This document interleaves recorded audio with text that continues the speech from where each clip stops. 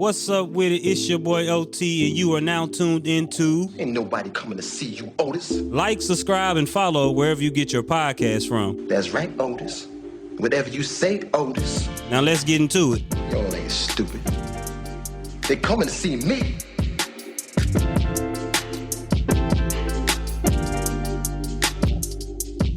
And I'm back like I never left it, y'all.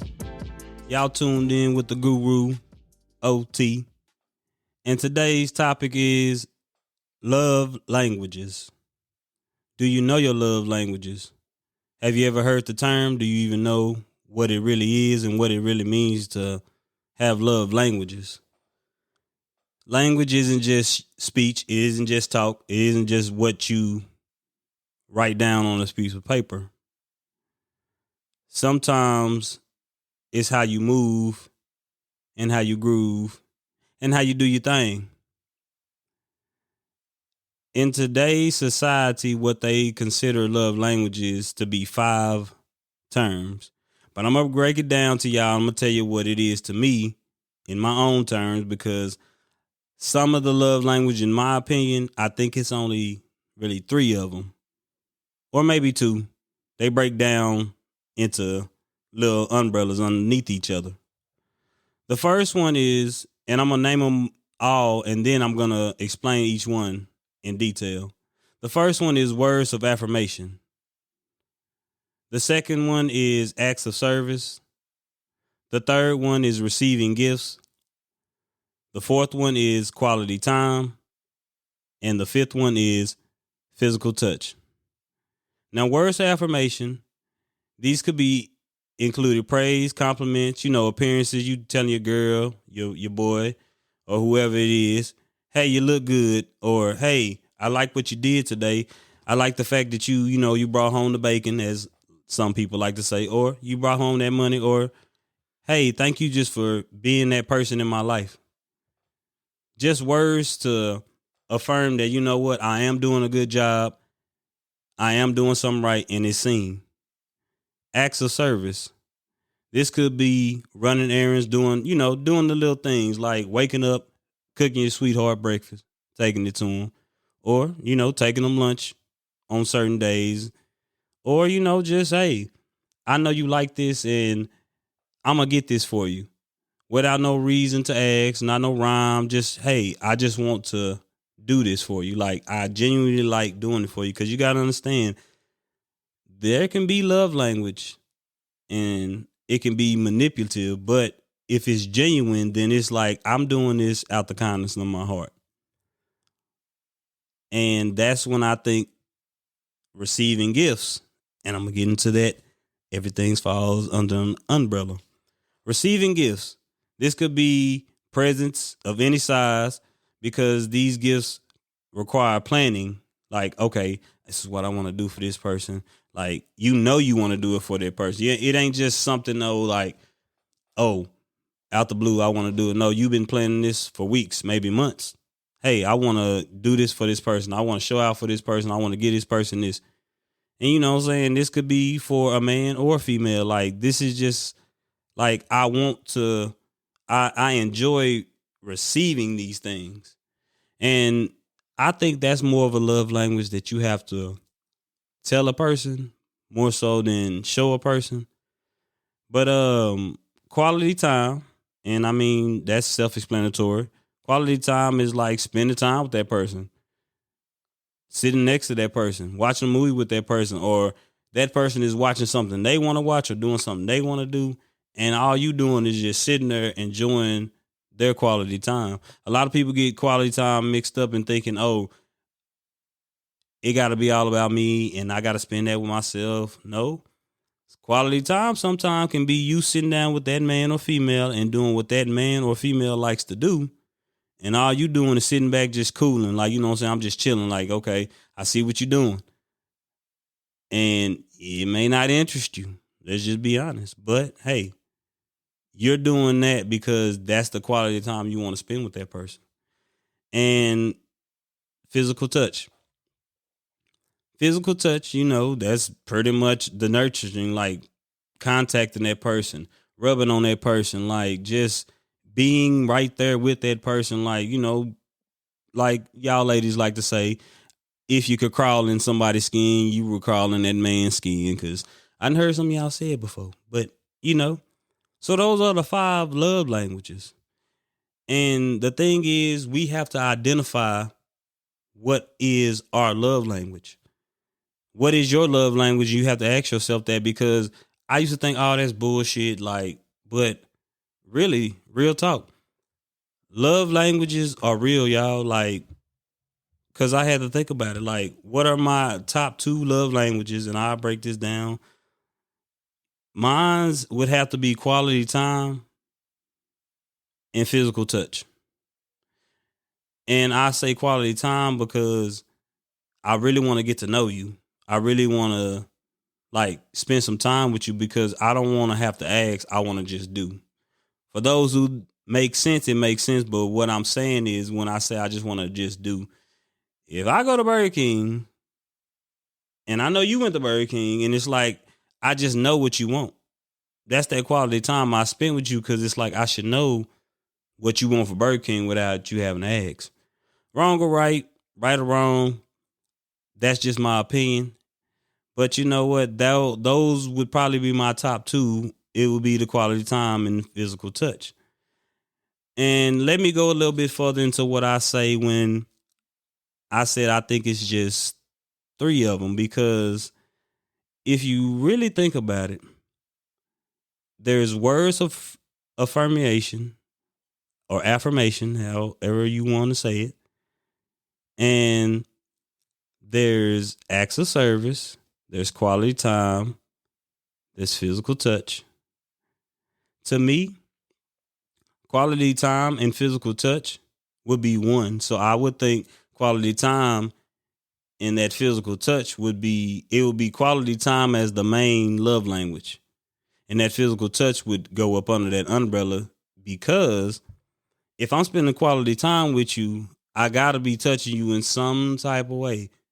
And we need to get out the mindset of a physical touch, because I can still touch you physically, mentally.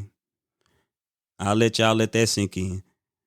But I can still touch you mentally and be touching you physically at the same time, and not even be touching you, because at the end of the day, like, that goes back to what I'm saying. If you like to do something that person really likes to do, and you may not like to do it, but you're doing it because you love this person, you want to spend quality time with that person, that's a physical touch, because you can touch that person's heart just by sitting there thinking to yourself, like, okay, dang, like, this ain't something I like to do, but this is something they like to do.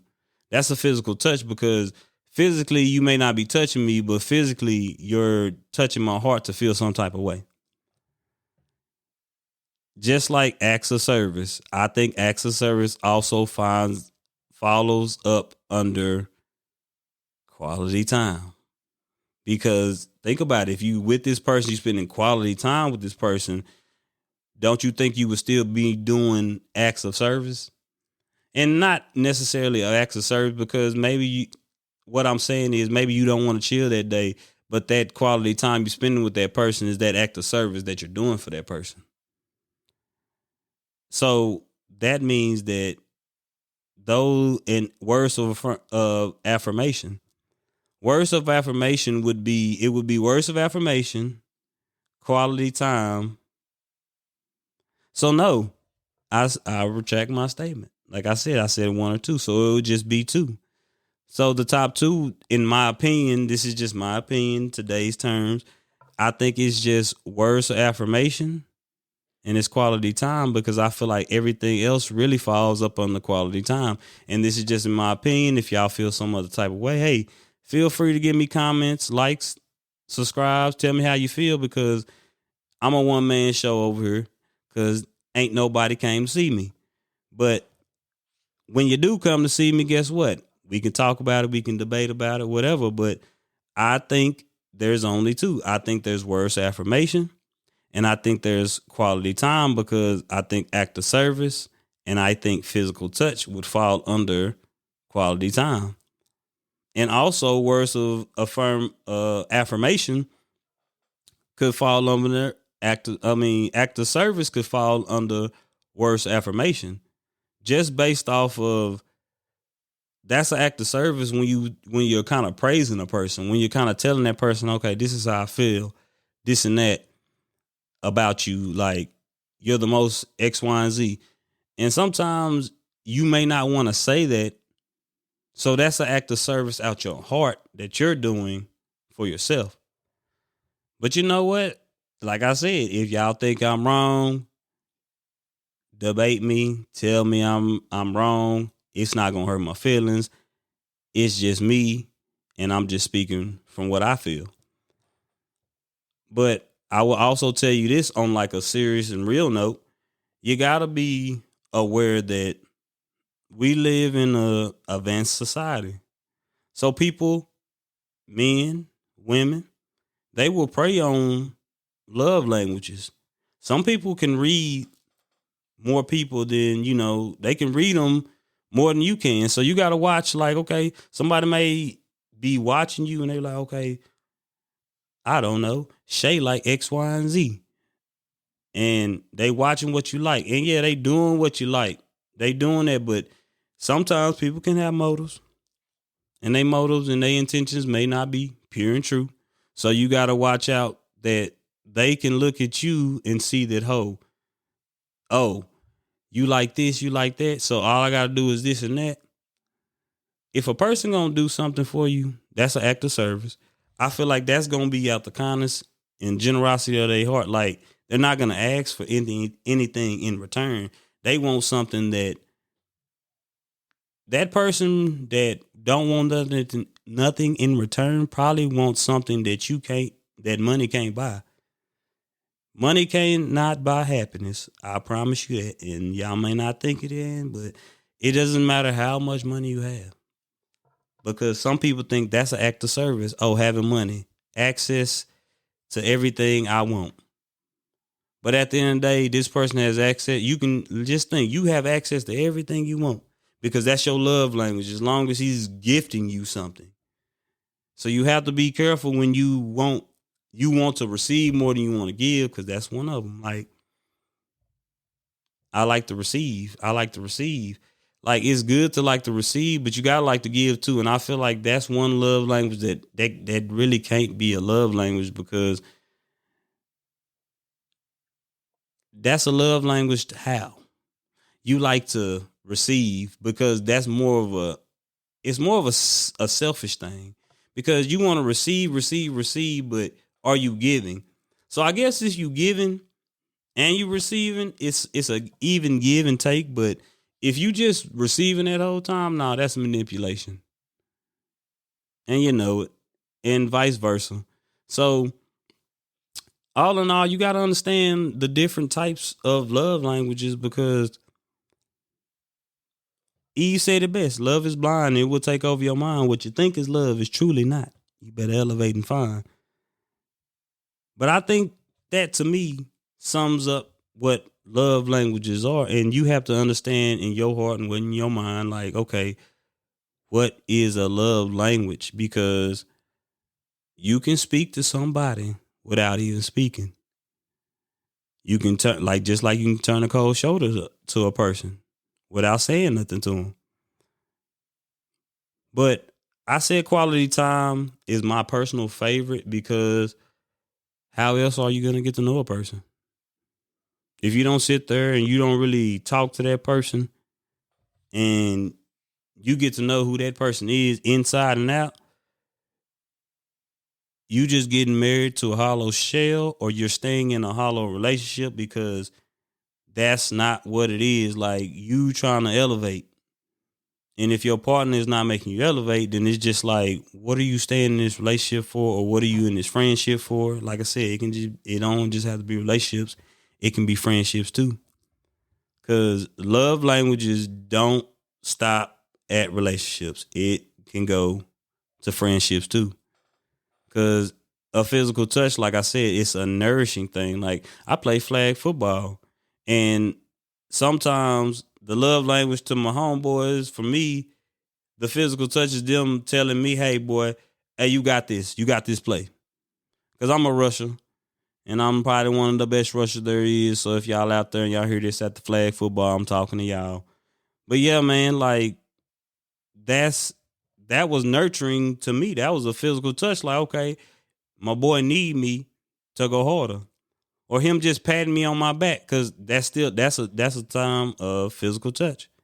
And the quality time, this is the football people. Like, you got to understand, like, how do you build chemistry on a team?